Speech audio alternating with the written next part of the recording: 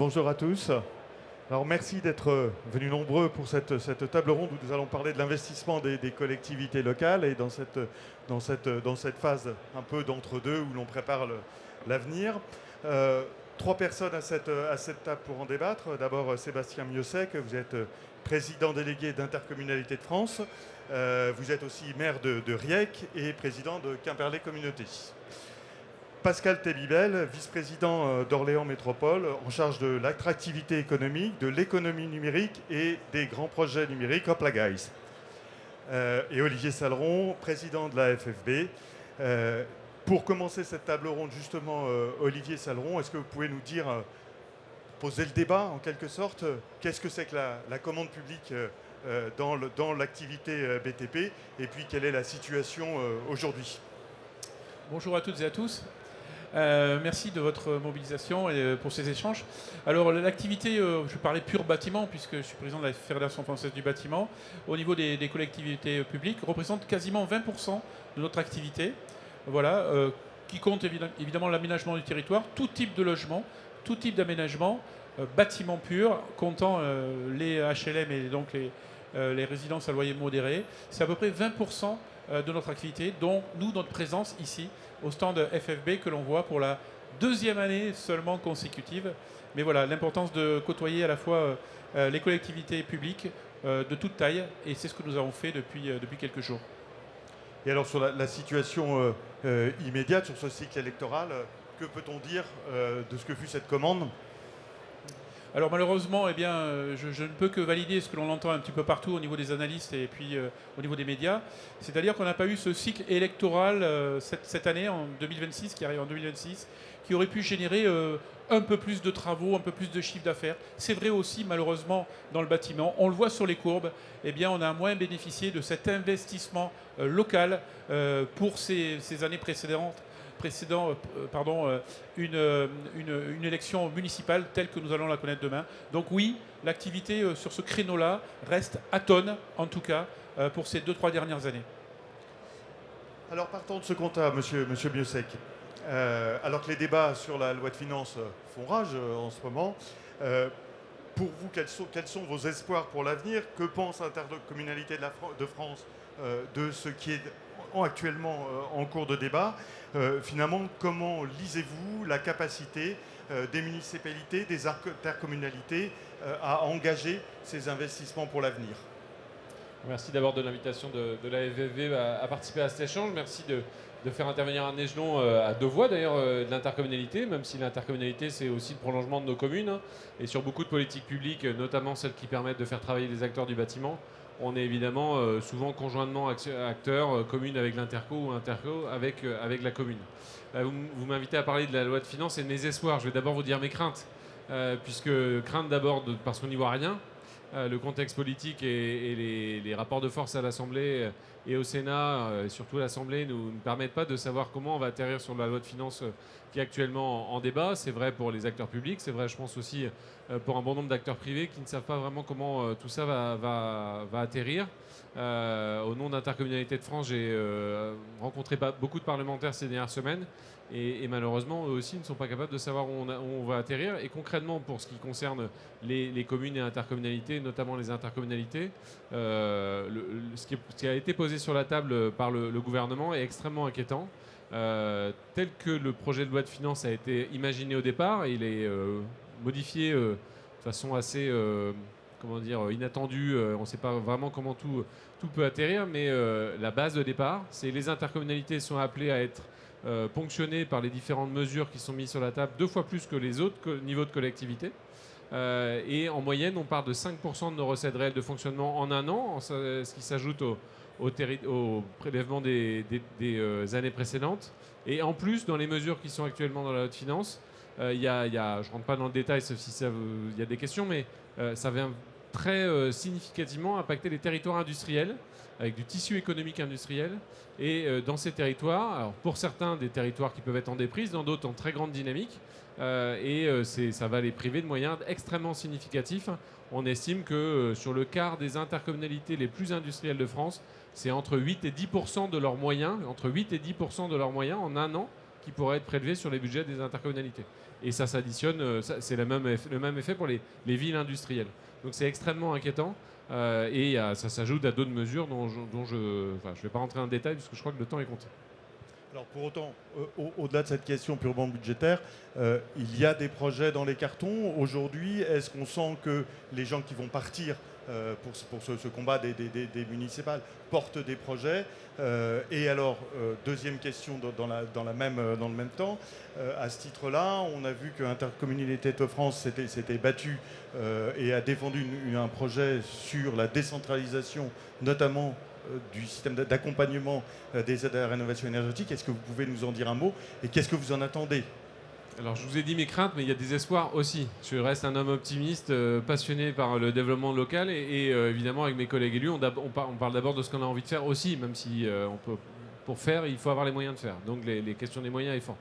Mais donc on fait. La question du cycle électoral qui a été évoquée à l'instant, on fait les mêmes constats que vous, même si le cycle a été à la fois impacté par un retard à l'allumage du fait du Covid. Les 2 premières années ont été un peu particulières, donc on peut imaginer qu'une partie de ce qu'on aurait pu avoir un peu plus tôt arrive.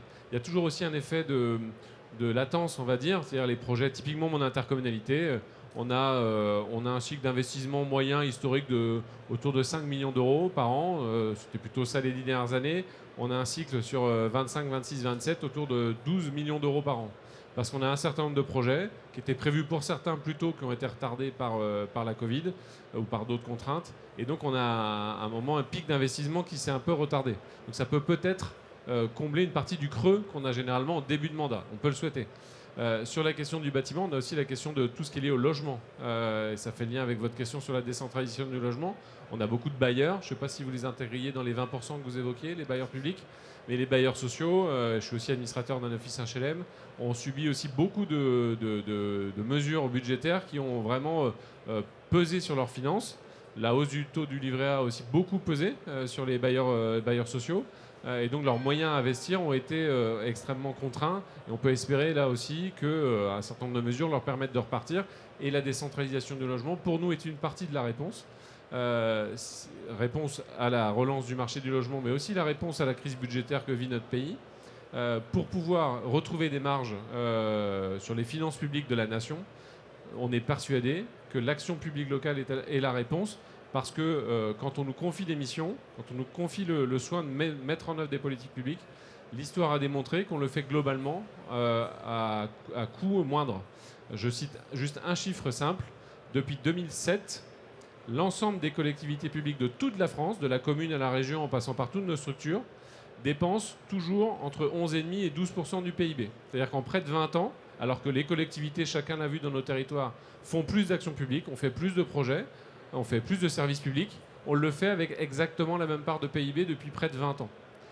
Et donc ce chiffre-là, pour moi, est un argument supplémentaire pour dire à l'État, arrêtez de vous occuper d'un certain nombre de politiques publiques comme le logement, confiez-nous le morceau d'argent que vous utilisez pour faire cette politique publique, et l'État met beaucoup d'argent, mais confiez-nous cet argent-là, et avec cet argent-là, on va faire mieux, parfois pour moins cher, ou en tout cas pour le même prix.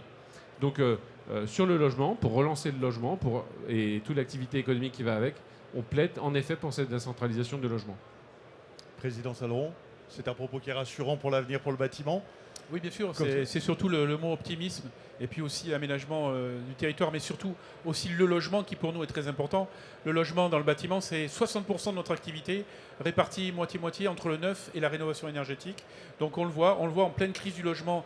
Alors c'est pas le moment d'avoir des idées totalement peut-être iconoclastes pour tout casser d'un seul coup. Vous savez qu'on se bat beaucoup actuellement pour le logement neuf, relancer le logement neuf avec cette loi en préparation qui a été votée en première lecture à l'Assemblée nationale sur le statut du bailleur privé qui va permettre à nos concitoyens d'investir dans du logement qu'ils loueront après, donc l'investissement locatif. On est très axé sur cette mesure, mais aussi sur la rénovation énergétique. Oui, la décentralisation, il va falloir qu'on y mette un peu plus le nez, en tout cas, et que ce soit à ce niveau-là, EPCI ou région, en tout cas, au département, que le logement soit géré.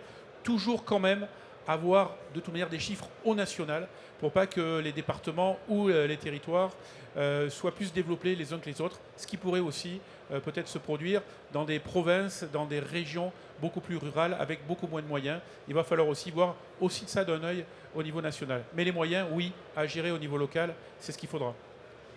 Pascal Tébibel, on parle de logement. Alors, il y a quelques mois, la statistique publique a dévoilé une nouvelle étude sur les besoins en logement à l'horizon 2050 et selon la lecture que la FFB en a fait, cette statistique montre que pour les 10 années qui viennent au moins, on a un niveau important de logements à construire de l'ordre de 400-420 000 par an. Alors c'est le cas dans la zone d'emploi d'Orléans par exemple, où cette étude montre qu'il faudrait construire de l'ordre de 3200 logements par an. C'est un chiffre qui est important, surtout au regard par exemple des SCOT qui sont aujourd'hui votés et qui sont plutôt aux environs de 2200.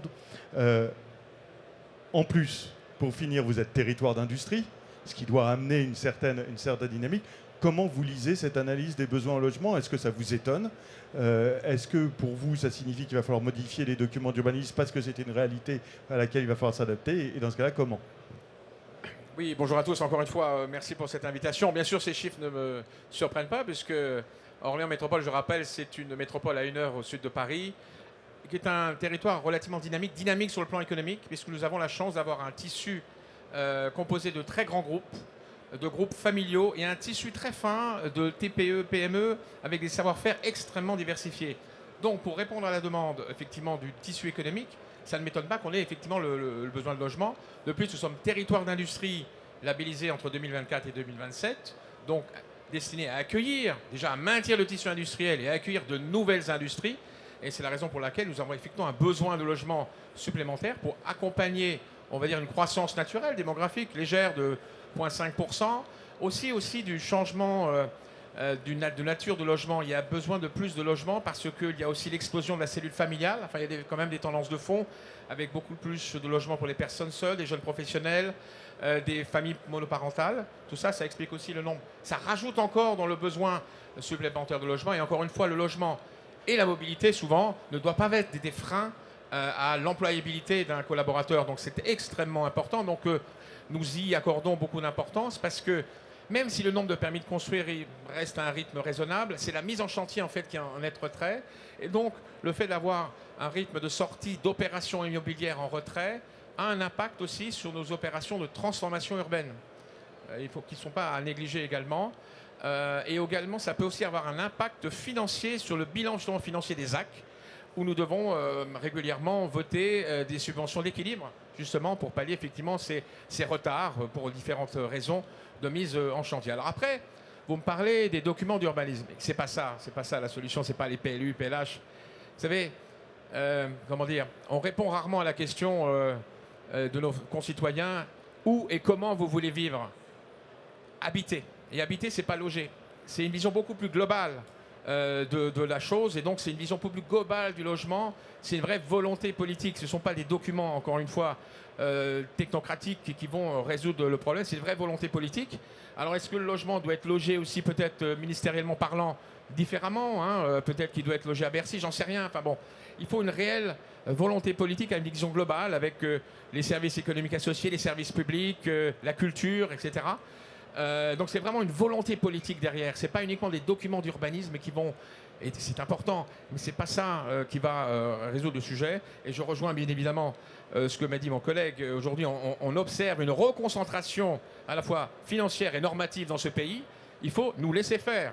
Je dirais même plus crûment, comme m'a dit mon maire d'Orléans hier sur Public Sénat, arrêtez de nous emmerder. Voilà, on va faire les choses, on va les faire. L'investissement, il est porté, on sait, à 60-70% par les collectivités. C'est le bras armé de l'investissement dans ce pays. Et l'investissement, c'est important après pour tout, l'économie, le logement, etc. Donc encore une fois, c'est une vraie volonté politique derrière, affichée, et j'espère que ce fera partie effectivement des programmes des prochaines échéances. Voilà, pour éviter ces cycles, si vous voulez. On ne parle pas uniquement d'indices économiques et financiers, c'est une vraie vision globale de où veulent habiter nos Français, quels sont les projets de vie de nos concitoyens et qu'on doit accompagner. Voilà. Alors Sébastien, je sais que je rebondis sur ce qui vient d'être dit. L'étude qu'on évoquait sur les besoins en logement est une étude zonée à la zone d'emploi. C'est une de ces grandes nouveautés. Donc ça signifie que chacun des territoires peut aujourd'hui compter finalement où se situeront ces demandes. Est-ce que Intercommunalité de France a pu analyser cette étude? Qu'est-ce que vous en pensez? Est-ce que c'est un élément d'appui pour vos adhérents en termes de perspectives d'avenir? Est-ce que c'est un sujet qui, à votre sens, va irriguer les municipales? Alors, je vais être honnête, je n'ai pas vu l'étude, donc voilà, l'équipe peut-être, mais pas moi. Par contre, en effet, c'est des données dont on a besoin. Mon intercommunalité a un PLU intercommunal. On l'a approuvé une première fois en 2023. On est déjà en train de le réviser pour l'adapter à nos besoins. Et à chaque fois qu'on révise notre document d'urbanisme, tous les 2, 3, 4 ans, parfois plus souvent, parfois plus longtemps, mais je pense que le rythme de révision de nos documents de façon doit s'accélérer à partir du moment où on peut le faire assez simplement. Ça revient à tout ce qui est normes, etc. Mais globalement, ces documents d'urbanisme, s'ils ne sont pas l'alpha et l'oméga du projet politique, c'est malgré tout par là que se traduisent les contraintes en termes de terrain à bâtir, de règles d'urbanisme et donc de possibilités à pouvoir se développer. Et donc, alors nous, on plaide déjà pour que l'urbanisme se traite le plus possible à l'échelle d'un bassin de vie. La compétence plan local d'urbanisme à l'échelle intercommunale est pour nous une réponse. Elle n'est pas... si un territoire ne veut pas le faire, il n'y a pas de, on plaide pas pour l'obligation, mais on pense que c'est comme ça que ça doit se traiter. Parce qu'aujourd'hui, on vit à un endroit, on travaille dans une autre commune, on fait sa vie, ses achats, etc. ailleurs. On vit à une autre échelle que sa propre et sa seule commune, donc on a besoin de travailler à cette échelle-là. Et pour répondre aux besoins de logement, on a aussi besoin d'actualiser ces documents. Alors qu'on a en face un autre défi à relever, celui de la sobriété foncière. Ce qui paraît spontanément antinomique avec le besoin de logement. Mais là aussi, mon collègue d'Orléans l'évoquait. Je peux prendre l'exemple de ma commune. Moi, je suis maire d'une commune de 4500 habitants, plutôt, on va dire, tranquillement dynamique, on va dire. C'est-à-dire, elle se développe, mais elle ne se développe pas de façon extrêmement rapide. C'est une commune littorale avec un prix de logement extrêmement élevé. Pour nous, le sujet, idéalement, en fait, c'est pas forcément de construire beaucoup plus de logements. C'est qu'on a beaucoup de logements, de grands logements, qui sont sous-occupés. Donc, comment aussi dans le marché du travaux demain d'adaptation, de rénovation de nos logements, on arrive à trouver des solutions pour que ces logements soient rénovés, parce qu'ils sont souvent des passoires thermiques anciennes, mais on arrive aussi à transformer une grande maison en 2 ou 3 appartements, et comme ça répondre aux besoins de logement sans forcément consommer du foncier. Alors c'est moins de logements neufs, je l'entends, et donc c'est une partie du tissu économique qui doit aussi potentiellement s'adapter pour aller sur ce champ-là.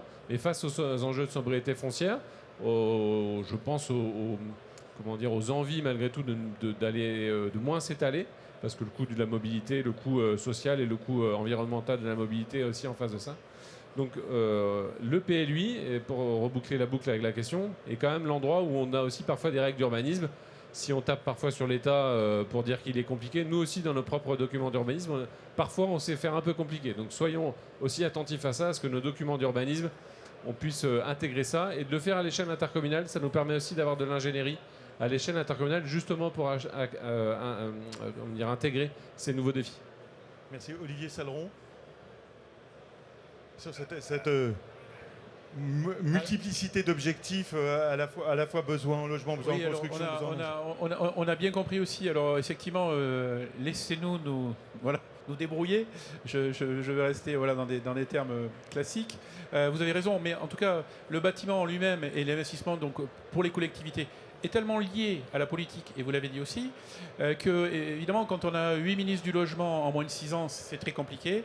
Les politiques changent et cette instabilité nous plombe, à la fois les collectivités et bien sûr derrière les entreprises, pour pouvoir innover, pour pouvoir embaucher, pour rester attractif, pour pouvoir gagner des gains de productivité, et donc, effectivement, pour qu'on en fasse plus au niveau des collectivités aussi, avec peut-être autant ou peut-être un petit peu moins.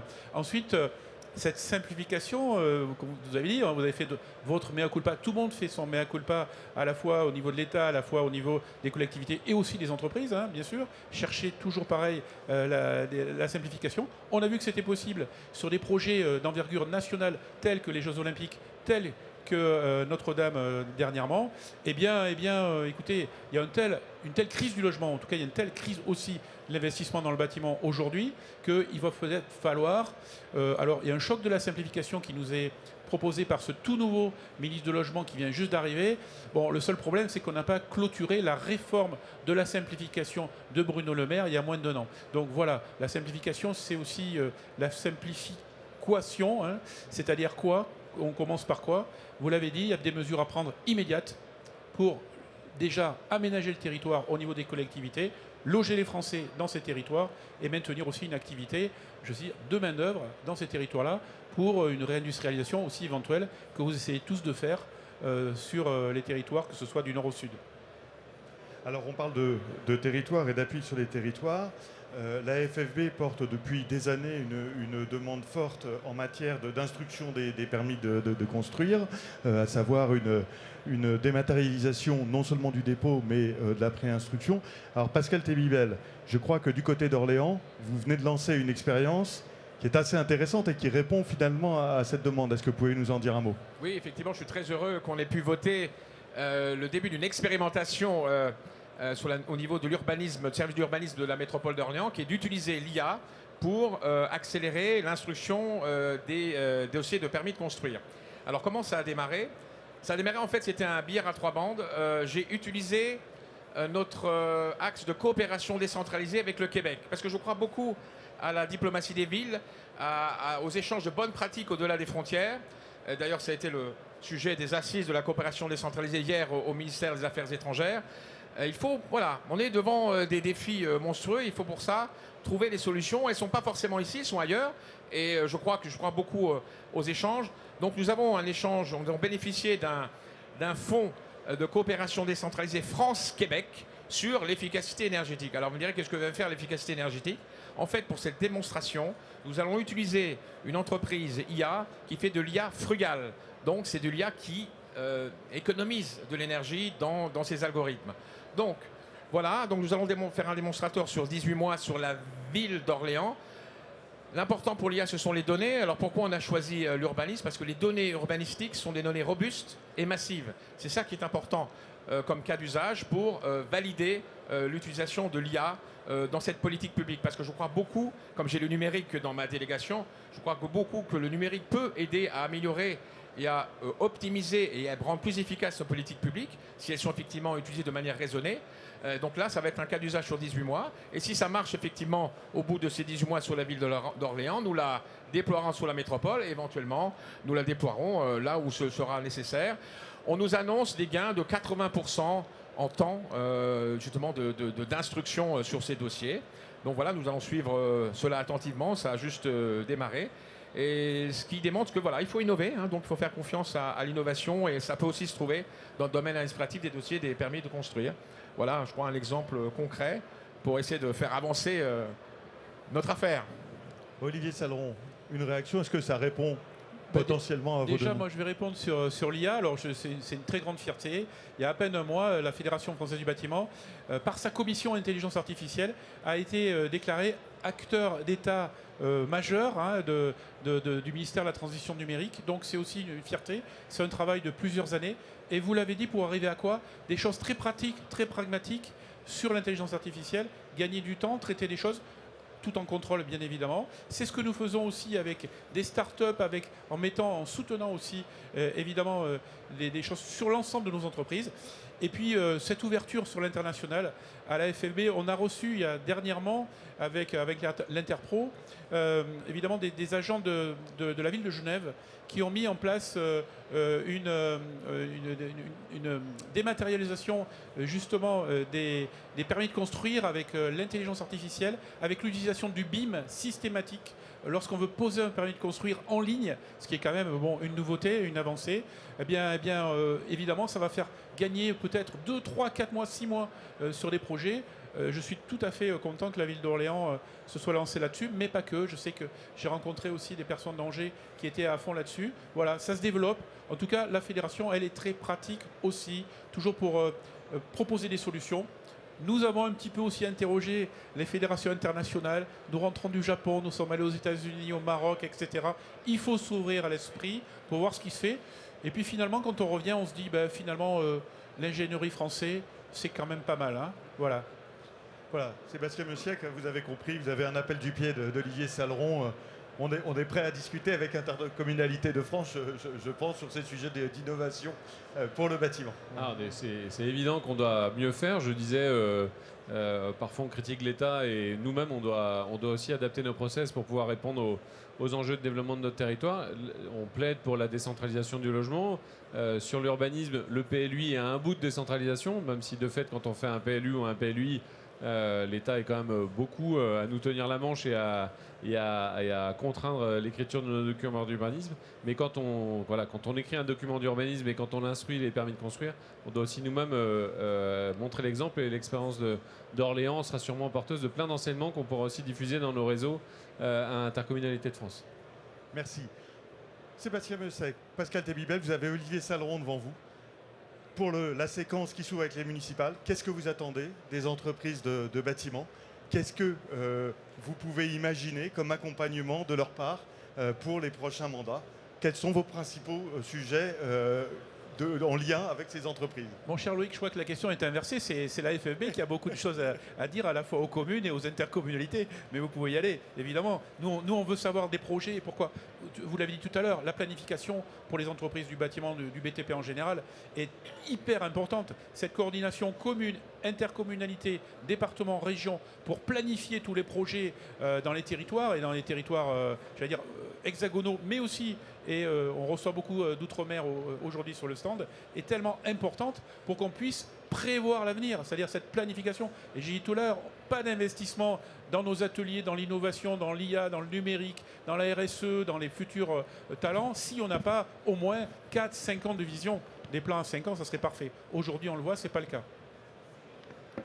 Bien, écoutez, ce qu'on attend, moi je considère la FFB comme l'interlocuteur de référence, à la fois technique et économique. Technique parce que c'est vous qui avez l'état de l'art, qui connaissez les solutions aujourd'hui innovantes. On attend aussi beaucoup du secteur qui l'innove, si dans le domaine de l'acte de constructif, dans les matériaux, pour accompagner la transition écologique. Donc un interlocuteur technique, économique, parce que c'est vous qui avez la vision du marché, qui peuvent nous alerter, nous donner les signaux faibles. Vous êtes aussi là pour défendre, parce qu'il y a beaucoup de TPE, PME dans le secteur, pour nous alerter que les entreprises de votre secteur, dans notre territoire, ont des problèmes. Donc vous êtes aussi vous êtes fait de l'influence auprès du gouvernement. Et nous aussi, on peut le faire, mais on peut le faire de manière concomitante.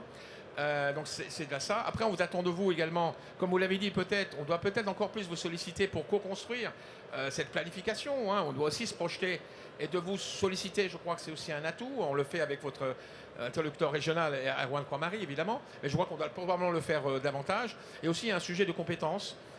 C'est un secteur qui recrute, qui forme. On sait que la construction, c'est peut-être un des secteurs où on peut partir de très bas, on va dire de l'échelle, et monter très haut aussi, qui offre des carrières à l'international, parce que s'il y a un bon conducteur de chantier qui est reconnu, il peut avoir une carrière fantastique au niveau international. Donc il y a vraiment des perspectives pour les jeunes. Donc on attend de vous aussi de pouvoir former et recruter sur notre territoire. Et encore une fois, je crois, oui, vous êtes un allié dans la prospective que doivent avoir nos politiques publiques sur le territoire. Pour rebondir sur ce que vient de dire mon collègue et en complément, parce que je partage les propos, le tissu économique lié au bâtiment est tissu économique à la fois de belles et grandes entreprises, parfois internationales, mais aussi tout un tissu économique de petites et moyennes entreprises qui font le tissu économique aussi d'intercommunalités, de territoires plus ruraux et qui dépendent pour partie de la commande privée, mais pour partie de la commande publique. Donc nous, on a aussi besoin de visibilité. Vous la souhaitez, on la souhaite aussi à la fois pour que nous-mêmes, on puisse établir des plans, un certain nombre de schémas à l'échelle intercommunale qui permettent, à travers les PLH, à travers un certain nombre de documents stratégiques, donnent un cap qui après est plus ou moins mis en œuvre en fonction des péripéties et du contexte qui peut évoluer. On a aussi besoin, nous, d'un contexte national qui nous rassure, mais j'y reviens pas, on l'a évoqué en introduction. Et puis surtout, puisqu'on parlait des municipales, à peu près partout, le logement sera un des thèmes importants, voire principaux des programmes, puisque l'accès au logement est une vraie problématique. Je l'évoquais, le logement, il doit aussi bouger. Donc comment, avec les acteurs du bâtiment, on arrive à trouver des réponses pour faire plus, de façon plus efficace, à coût le plus maîtrisé possible. Et en effet, comme on l'a dit souvent, avec un peu moins d'argent, vu le contexte.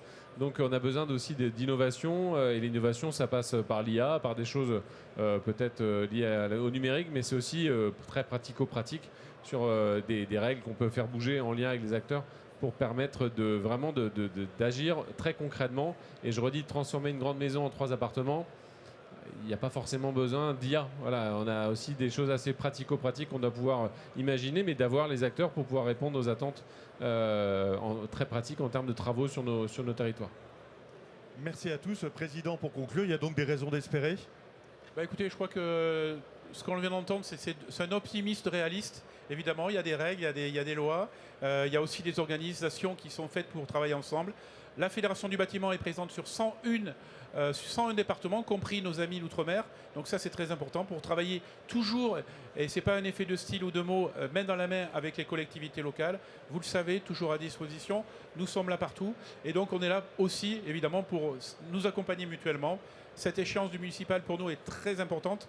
Moins il y aura ce temps de latence qui est en général toujours anticipé malheureusement sur quelques mois, sinon une année après les municipales. Nous espérons qu'il soit réduit justement par beaucoup plus d'innovation, peut-être un peu d'intelligence artificielle et de mettre très rapidement les équipes au travail. En tout cas, nous, on est prêts. On a besoin de travailler, vous le savez. La crise du logement nous touche. Effectivement, ce budget 2026 est attendu aussi parce que vous avez forcément des contacts avec vos parlementaires sur vos départements, avec un grand intérêt sur le monde de la construction, mais aussi, évidemment, au service du logement des Français. Merci à tous. Merci de l'invitation.